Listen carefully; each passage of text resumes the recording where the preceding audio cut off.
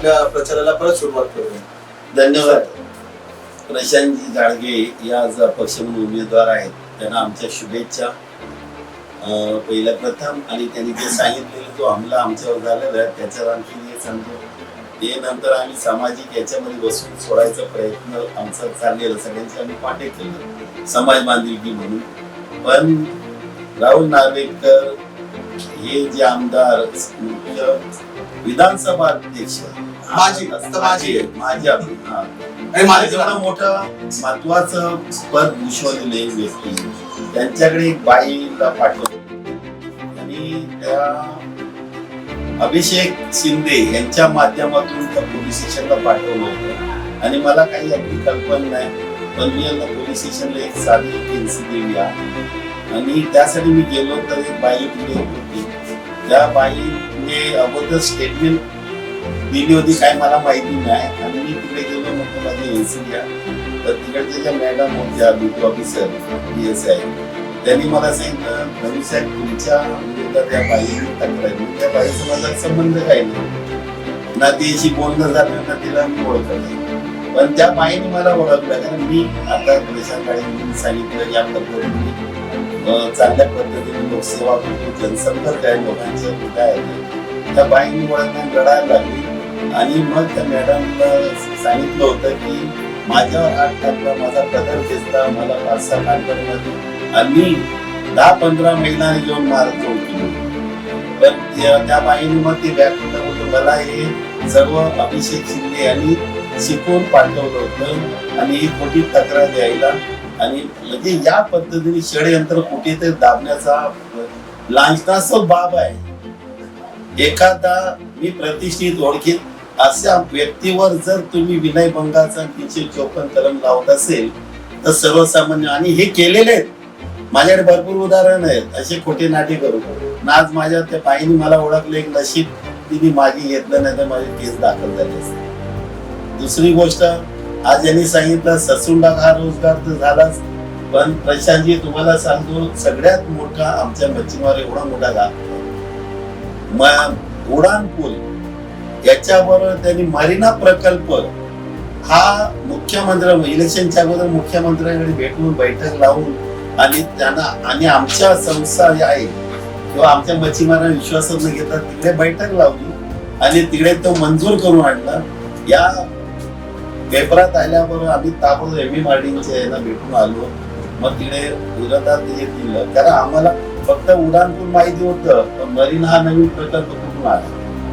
आणि जेव्हा त्या मरीना प्रकल्पामुळे काय तिकडे रिक्लेमेशन होणार, तिकडे जेटीस होणार, आणि मला तर वाटतं जेटी ही नार्वेकर जेटी म्हणूनच होणार असं. आणि त्यांनी ते बोटिंग वगैरे त्या मरीनासाठी 4 जेटी भराव टाकणार. मग आमच्या मच्छीमारांच्या 250 ते 300 बोटी जी आहे, हा म्हणजे मच्छीमाराचा व्यवसाय हा उद्ध्वस्त होण्याचा प्रयत्न त्यांनी केलेला. नमस्कार, मी प्रशांत घाडगे. परत एकदा आपल्या सर्वांच्या लोकप्रिय चॅनल कुलाब्याच्या संबंधित असला तर खुलके बोल या टॉक शो मध्ये आपल्या सर्वांचं स्वागत करीत आहे. आपण सर्वात प्रथम मी आपलं धन्यवाद आभार मानतो की आपण चांगला प्रतिसाद देत आहात, शेअरही करत आहात, मेसेजही लिहित आहात आणि सबस्क्राईब करत नाहीत. सबस्क्राईब करा, कारण मग तुम्हाला सर्व व्हिडिओज जे आहे ते तुम्हाला स्वतःहून तुमच्या यूट्यूबवरती येतील आणि तुम्हाला ते बघता येईल. सेंड करताना आमच्या टीमला कधी सेंड करता येतं, कधी नाही जमत, म्हणून आपण सबस्क्राईब करा आणि असंच लाईक, फॉरवर्ड आणि शेअर करत राहा. आजचा हा दिवस जो मी तुम्हाला सांगतोय हा खास आहे यासाठी, कारण मुंबईचे खरे मालक ओळखणारे हे माझे कोली बांधव, त्यांच्या वसाहतीत मी गेलो होतो. भाईबंदरकर मच्छीमार नगर या ठिकाणी मी गेलो. इतकी मजा आली, इतकी मजा आली, इतकी मजा आली की फुल ऑन. तिथे नाचायलाही सुद्धा भेटलं, तिथे बालपणही आठवण आलं. तिथे आमच्या सर्वांचे लोकप्रिय मित्र काशाभाऊ, त्यांना आम्ही भेटलो. भेटताच त्यांनी जे प्रेम दिलं ते न विसरण्यासारखं आहे.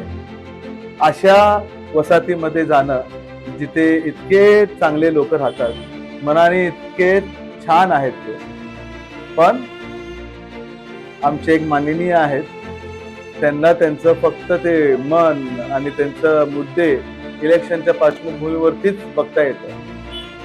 इलेक्शन संपलं की त्यांना दमदाटी, त्यांच्या घरावरती बुलडोजर, त्यांना नाही त्या प्रकारचं सतवणं हे चालू असतं.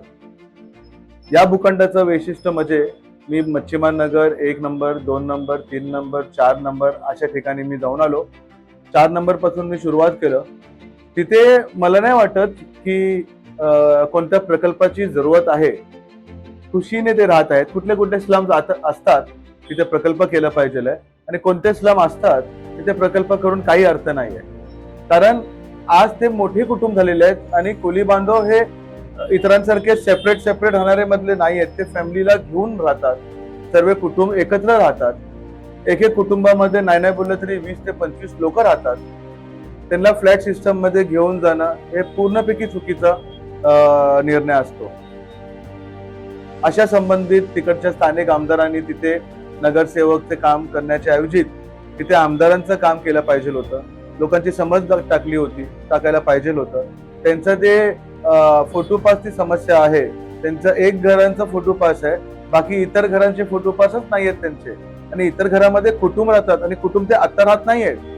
एकमेव कुलाब्यामध्ये ती कोली वसाहत आहे ज्याचे पहिला मजला दुसरा मजला ह्यालाच 20 वर्ष झालेली आहेत. ते की आता पहिला मजला दुसरा मजला चढलेला नाहीये. मग असे मजल्यांचेही फोटो पास झाले पाहिजे, कारण त्याचे लाईट बिल आहेत, तिकडे राहणारे कुटुंब आहेत, त्यांचे डॉक्युमेंट्स आहेत. 2011च्या आतमध्ये ते आहेत. म्हणून तिथे आभा योजना च्या अंतर्गत जे फॉर्म आहे ते सर्वात जास्त गरज तिथे आहे. अशा सर्व गोष्टीमध्ये आमदारांनी या सर्व गोष्टीची समज दिली पाहिजे होती. जनता दरबार भरवला पाहिजे होता आणि त्यांना त्यांचं घर प्रथम पहिले कसं सुरक्षित करून घ्यायचं, कसं सर्व घरांना फोटो पास मिळून जाईल, या सर्व गोष्टीवरती त्यांनी लक्ष द्यायला पाहिजे होतं. पण असं केलं नाही. आज तिथे ब्रिज कनेक्टर येतोय, उद्या तिथे शिव स्मारक येईल आणि अनेक प्रकल्प तिथे येतील. जीटी तिथे बांधण्यात येत आहे. अशा सर्व गोष्टीने ज्या घरांना फोटो पास नाही त्या घरांना धोका निर्माण होण्याचे 100% चान्स आहेत. मला फक्त एवढंच म्हणायचं होतं, जास्त प्रवास नव्हता. विषय एवढंच आहे, त्यांना वॉटर मीटर गटरची काही जरूरत नाही. ते नगरसेवकचं काम आहे. नगरसेवकच्या इलेक्शन मध्ये लोक बोलतील आणि तो कॉर्पोरेटर जिंकल्यानंतर त्या सर्व गोष्टी करेलच.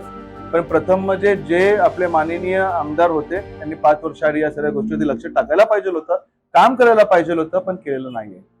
म्हणून हा एक प्रवास. तिथे सुद्धा एकही आमदाराचं काम दिसलं नाही जे आमदारकी लेवलचं आहे. तिकडचे शाळा म्हणा, तिथे स्पोर्ट्स इव्हेंट्स म्हणा, तिथे स्पोर्ट्स ग्राउंड म्हणा, तिथे जिम्नॅशियम म्हणा, स्पोर्ट्स अकॅडमी म्हणा, तिथे लहान पोरं इतके टॅलेंटेड आहेत. तिथून फुटबॉल पटू तयार झालेले आहेत.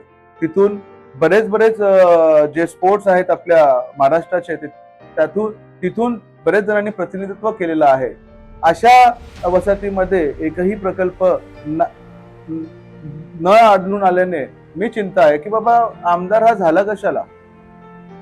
म्हणून तिकडच्या वसाहतीचं, तिकडच्या मच्छीमार माझे जे बांधव आहेत त्यांचा गावठाणाचा प्रश्न जो आहे, त्यांचे इतर जे काही प्रश्न आहेत, या सर्व प्रश्नाची जर वाचा फोडायची असेल तर हा माननीय आमदार करू शकत नाही, भाजप सरकार करू शकत नाही, भाजपचा एकही कार्यकर्ता करू शकत नाही. आता लाख बोलतील, एकदा हातात 5 वर्ष आले की बघा हे काय करतात.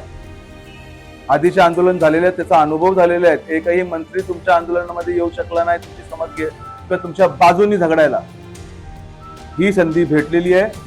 आपला पाठचा जितकं पण आक्रोश आहे, पाठचे केलेले जितके पण कारस्थान आहे त्या माणसाने केलेलं, आज त्याचा पूर्ण परतफेड करण्याचा जे काही टाइम आलेला आहे त्याला विसरू नका. म्हणून सांगतो, आपल्या सर्वांच्या विकासासाठी, आपल्या मुलाबालांच्या विकासासाठी, आपल्या समाजाच्या विकासासाठी, आपल्या भूखंडाच्या विकासासाठी, आपल्याला गावठाण मिळावं यासाठी मला मतदान करा. प्रशांत घाडगे माझं नाव आहे, डायमंड माझं चिन्ह आहे, 9 क्रमांक हे ईव्हीएम मशीनचं बटनचं क्रमांक आहे. तिथे दाबा, डायमंडला 9 नंबरला विजय करा. बाकी सर्व प्रश्न तुम्ही जसे बोलणार तसा करून द्यायला मी तयार आहे. एक संधी द्या, ही संधी जाऊन नका देऊ. फक्त आणि फक्त मतदान डायमंडला द्या. पैशाच्या आहारी जाऊ नका, कुठल्या लालचेच्या आहारी जाऊ नका. ह्याने काम नाही केलंय म्हणून हा या सगळ्या गोष्टीला पुढे घेऊन जातो. आणि माझा पूर्ण जो प्रवास आहे जो मच्छीमार नगर मध्ये झाला त्याचा आनंद लुटा. कामं झालेत की नाही झालेत ते पाहून घ्या, लोकांची मतं काय आहेत ते बघून घ्या, तिथे जे धनुभाऊंना मारहाण झाली त्यांच्याबद्दल बघून घ्या आणि असंच माझ्या पाठीशी राहा. आणि असाच प्रचार हा माझा चालू आहे. पुढे अजून सस्पेन्स आणि थ्रिलर आणि ऍक्शन तुम्हाला बघायला भेटणार आहे. 2024 ची इलेक्शन 20 मेला आपण मतदान करा आणि ही गाजवणार हे नक्की. जय हिंद, जय भीम, जय महाराष्ट्र, जय संविधान. शक्यतो मारावेच. सात दौडले, सात उधळले, सात झुंजले, सात क्षात्र समरात.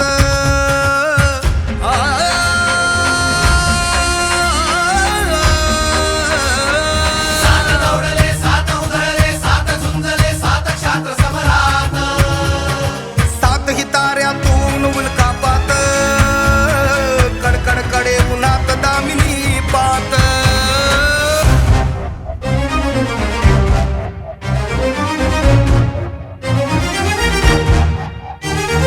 हर हर हर महादेव गरजतो सेनापती प्रताप. सेनापती प्रताप शब्द झेलण्या राजांचा शरसात निघाले सात. सात दौडले, सात उधळले, सात झुंजले, सात क्षात्र समरात.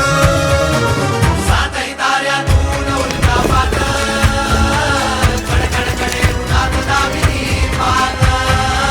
खतिरंगा समडोळे रोखुनी, दोधारी समशेर परतुनी. उरी धग धगता राज खलिता, हातावर प्राण घेऊनी. सैन्य समुद्रा प्याय आहे, अगस्ती दौडले सात, अगस्ती दौडले सात. शब्द झेलण्या राजांचा शरसात निघाले. शब्द झेलण्या राजांचा शरसात निघाले सात. बहलोलाची खोड मोडण्या राजा. त्यांचं दुकान आहे. कोणी आपले घरचे चपलाही कोणाला घालून देत नाही, पण त्यांनी आल्या मला सजवलंय कसं बघा. असेल का कुठल्या व्यक्तीचं एवढं मोठं हृदय? हे हृदय आणि हे कालीन फक्त त्यांच्याकडेच आहे ज्यांनी या मुंबईला एकत्र ठेवलं. आणि खरोखरच मुंबई त्यांच्या बापाची आहे. म्हणजे ते कोण? म्हणजे हे आपले कोळी बांधव.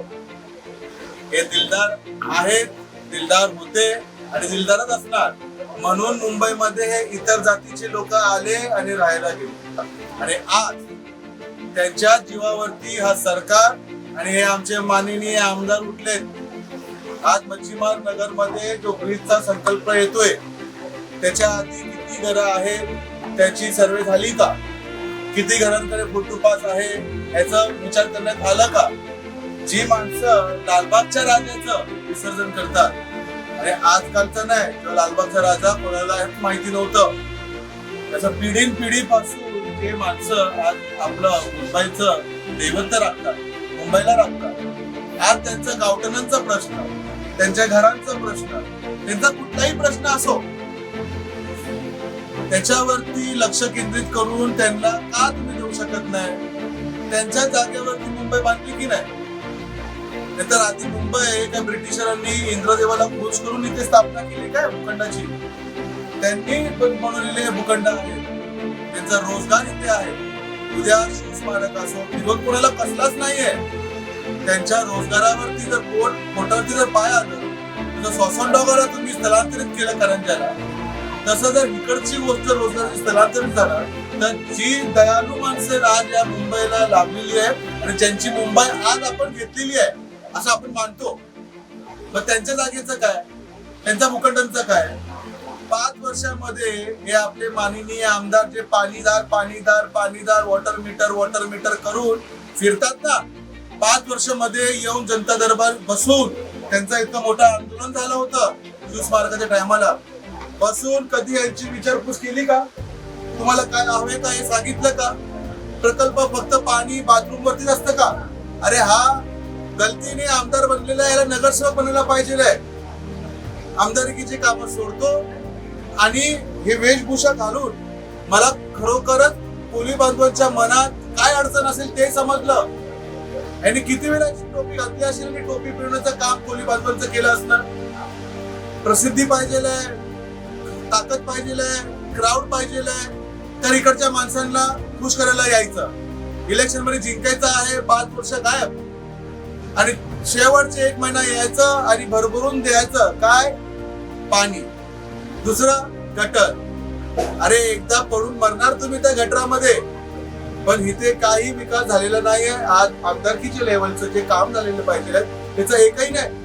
1 फुटपाथ शिवाय या माणसांकडे एकही दुसरा फुटपाथ नाही. आज 1 परिवार नाही, एका घरामध्ये 4-4 परिवार आणि 4-4 घरं आहेत. इतरांना खुश करतात ना, अदानीला खुश करतो आपण, अंबानीला खुश करतो आपण. तर ज्यांच्या जागावरती आपण येऊन मिरवतो त्यांना तुम्हाला त्यांचा अधिकार द्यायला काय अडचण आहे.